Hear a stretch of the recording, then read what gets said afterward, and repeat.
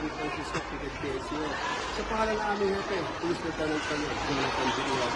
Samahan niyo po kami dito sa Mali Elementary School para magbahagi po ng RA 11312 o bawal bastos na sa ating mga faculty members, ganun po sa ating mga estudyante. Nawa sa munting bagay nito, maging aware sila kung ano pong nilalayo ng batas patungkol sa ating 11312. Kaya hanggang mamaya po.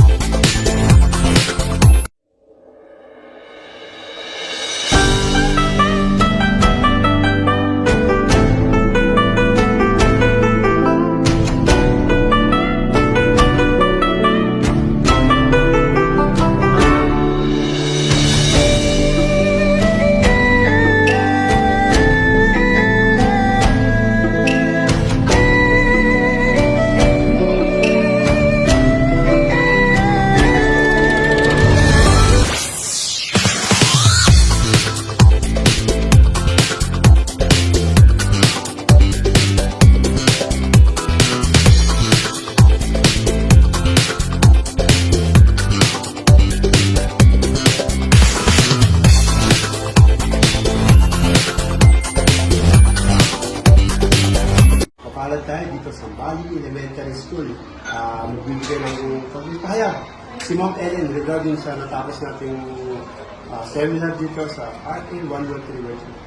Ma'am Ellen, ano pong masasabi natin regarding po dito sa natapos nating seminar at RA 11312? About po yung kanina orientation na mag-RA 11312.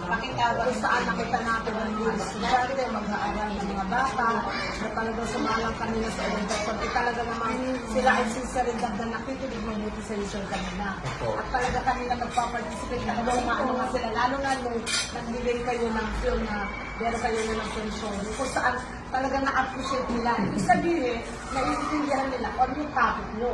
Kasi inano lang yun eh. Parang, kumbaga, yung pinalabas nyo, talagang pagbata siya, hindi siya talagang actual na tao na umano. Pero, naintindihan nila, nakuha nila. Kaya nga sabi ko kanina, yung nag-message ako na, yung mga hindi nakadalo, kung anong natutunan nila, nabigyan nila ng orientation kanina, ibahagi nila doon sa iba nila kamag-aral. Dahil napapanahon at talagang importante yung orientation na ibigay nyo kanina. Ito ay para sa ating mga estudyante, mga magulang, guro. At anytime naman, mama, sabihan nyo lang kami, tapos po kami.